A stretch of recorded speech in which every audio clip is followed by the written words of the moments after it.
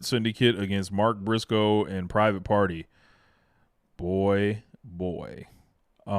This was a squash. This was bad. Like, and not in the sense of the work was bad or anything like that. This was like a complete non-effort whatsoever to help Private Party get anything. They are just, and then they Oh book the no. championship match next week. They might as well lay down like Jeff Jarrett. This is a Yep. institutional failure of why these guys have We felt like squash this. people. We squash people. Yeah, like We squash people. and I reject wholeheartedly that Private Party sucks or is some kind of bad act or they should have just been beaten right away to move like It wasn't a they bad act in October. right they didn't get a chance, they didn't get booked like on the show, like they got one defense on Collision against like Leo Rush and Action Andretti. They didn't bother trying with anybody else. Just like they're not trying with all Nope. the champions right now. Ain't none of the champions getting on Dynamite. If Kenny Omega didn't show his country ass up, Takesha would not be on Dynamite right now. Why do I say this? Because he's like, look at the results. Where's Daniel Yep. Garcia? You know, like Right. it's almost like these belts, like we see through what they like. They're not actually belts. Like the Like they're champ, sending Garcia versus Kyle O'Reilly right now like the champions are on Collision. actually like the real champions are actually on TV. Like like the people without the belts are the real champions, like MJF, like Jeff Jarrett, Yeah. like Yeah. Well, Copeland, like yeah.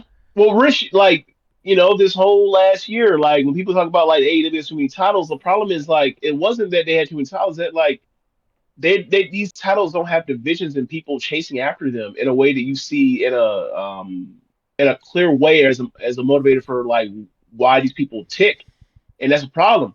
Like the AEW tag team division does not matter unless FTR are the Young Bucks are champions. correct. That's been the case for like 3 years now or 2 years, whatever. The trios division has not mattered except for when the Young Bucks had the belts. I'm sorry, the Elite had the belt when it was like Young Bucks and Kenny Omega. And the second they got out of that, away from Game 7 or whatever else, the belt ceased to matter. Um, Mariah May, not really a great champion, or not really even a good champion. Um, and it has struggles with trying to find opponents for her and it's just stuff for her to do. And that's struggling that way. Mercedes, not good at TV. That's a Mercedes issue more than it actually is the belt. Um, and then you get to the bad television that Moxley is doing with Death Riders, right? Takeshita, afterthought. Okada, afterthought. Except we let him beat fucking Will Ospreay in the pay per view, Yeah, in his own right? world, like Yeah, in his own world with that belt, right? Have fun matches when he has them, right? Have fun match with Pac, have fun match with Ishii, have fun match with Osprey, have fun match in the C2. But outside of C2 season, he's a guy that gave him to just have him off to where like justification to keep him pushed, keep him unbeaten or protected relatively well, and and we don't know what we're keep him gonna do with away him from the world belt. until the Young Bucks come back. Yeah, and we don't know what we're gonna do with him for real until the Young Bucks come back, right? Yeah, it's a lot of that with these belts, with all the belts.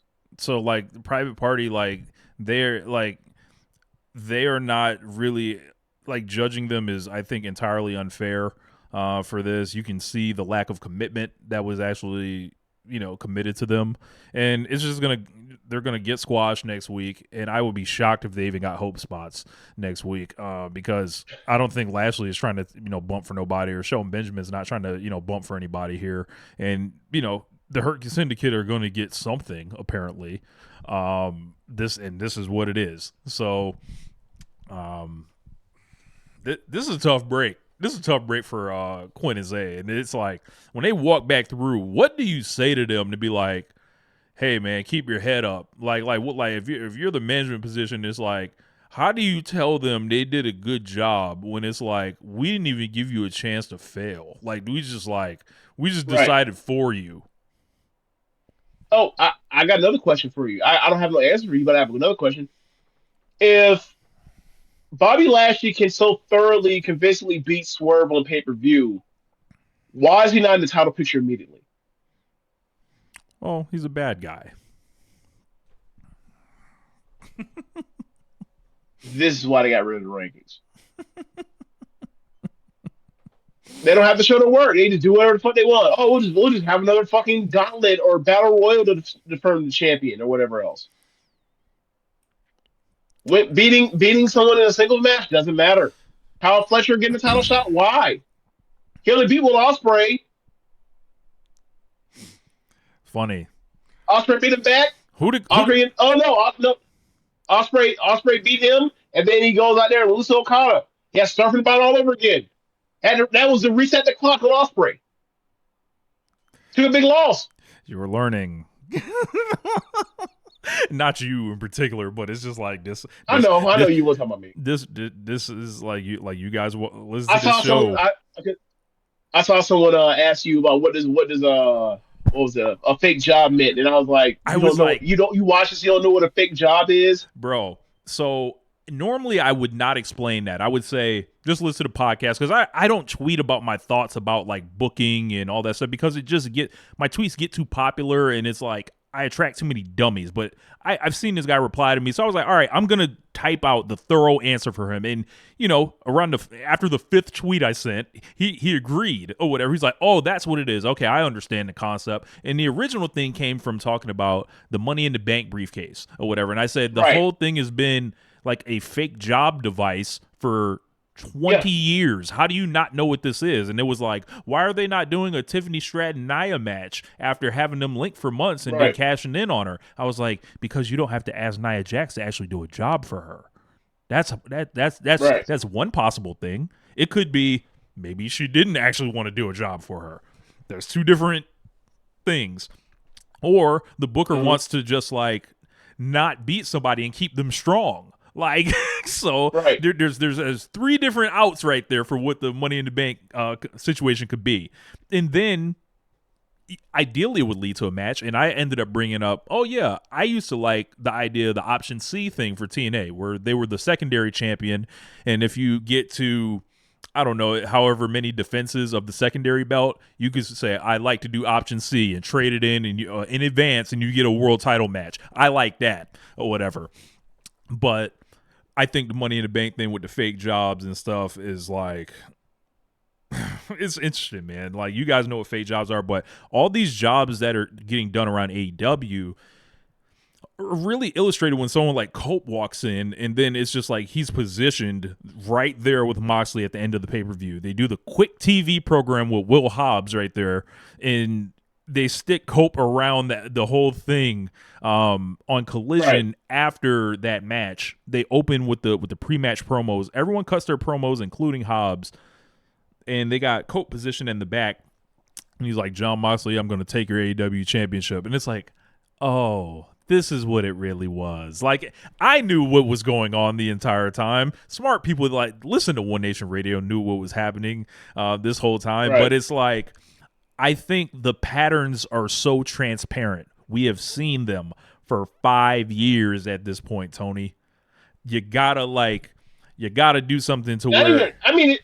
They're not even his. They're not even his necessary tropes. Like, this is a tropes of just pro wrestling and American pro wrestling. Like, you see this shit all the time. People get positioned and moved out the way, and people be made into transitional champions so they don't have to face, top babyface as put over the other top babyface they want the belt on, right? Like, Backlund, gets chopped down by Sheik so that Sheik puts over Hogan. They didn't want Sheik and Backlund. They didn't want Hogan and Backlund ever interact. Right. Pretended like, yeah, that's all that is. But at least like back then it was like, okay, well, like champions are always on top. We don't want good guys to face good guys. Now it's like they gotta come up with other bullshit that don't have anything to do with like dynamics like good and bad. They just, this person shouldn't be losing this person this time, and hopefully we'll get a match in the ring 4 or 2, 3, 4, or 5 years from now. Oh, they're in WWE again? Great. Yeah, man. We could go. When I say that, I don't mean like there's something that's actually happened, but I mean like this is the risk you run when you don't just go ahead and tell someone to lay the fuck down or whatever else. You don't actually get that the idea of the big win for somebody against somebody, or someone get put hands on their mantle above their mantle, and then like they get frustrated and they leave potentially. Like, that happens. That's the risk you run in both companies of this stuff. Now there's two companies. Yeah, because like I gotta say, like there was a, it was like Baron Corbin responding to someone was talking about Ray Phoenix or whatever, right? And people were saying like, I think Corbin was basically saying, "Hey, you signed a contract. It was like if you got hurt, they would still pay you or whatever, right?" And then it wasn't necessarily about what Corbin was saying about Phoenix's situation. It's just like, all right, do you think those guys in WWE and Corbin's, he's a WWE guy. You can imagine most of them kind of probably feel like this. Do you think that they're excited about AEW guys jumping over to get the huge spotlights like they're getting while, quote unquote, they did the work to build that place up? That's how it's always worked. Do you think they were excited to see Chris Jericho walk in the door in 1999? Do you think they were excited to see the big show? Like, do you think they were excited when the NWO came back? Like, stuff is always happening. Even when you don't think it's happening, right. Stuff is always happening. Yep. Yeah, and MVP wrestled here, and I don't think he needs to. He should not be wrestling anymore. I don't think he needs to. He should not be wrestling. I think the act is stronger with him out the ring. Right. Like, the part where he can just be a manager and bump once or twice, that should be good enough. Yeah. And good enough. And like, it's like these old guys just keep popping up like whack-a-mole, essentially. Like, you think you get rid of one, or you don't even get one, and there's just more popping up. Like, I'm seeing squash match Dustin Rhodes graphics, and I'm like, where do y'all keep coming from? Like, look, CD goes down and retires. Who? The MVP sprouts up. Dustin Rhodes sprouts up. I'm like, all right, man. This is Pro Wrestling Noah a couple years ago, apparently now. I don't think anything as bad as Kaz Vegeta, but if you say so. I mean, MVP is shooter, ain't he? He is shooter, ain't he?